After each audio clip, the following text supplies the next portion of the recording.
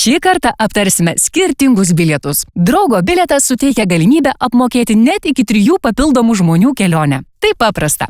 Pirmiausia, žymima elektroninio bilieto kortelė už save. Pasirenkamas kartu važiuojančių draugų skaičius ir bilietas pažymimas už draugą. Jei netyčia savo kortelėje nebeturite pinigų ir jos negalite pasipildyti, važiuojant miesto autobusu, sistema vieną kartą leis bilietą įsigyti į skolą. Svarbiausia nepamiršti, kad kitą kartą pasipildant elektroninio bilieto sąskaitą, pasiskolinta suma bus nuskaičiuota. Važiuojant miesto autobusais, veikia dienos kelionių kainos optimizavimo paslauga vienkartiniams bilietams be lengvatų, perkamiems iš elektroninės piniginės kortelėje.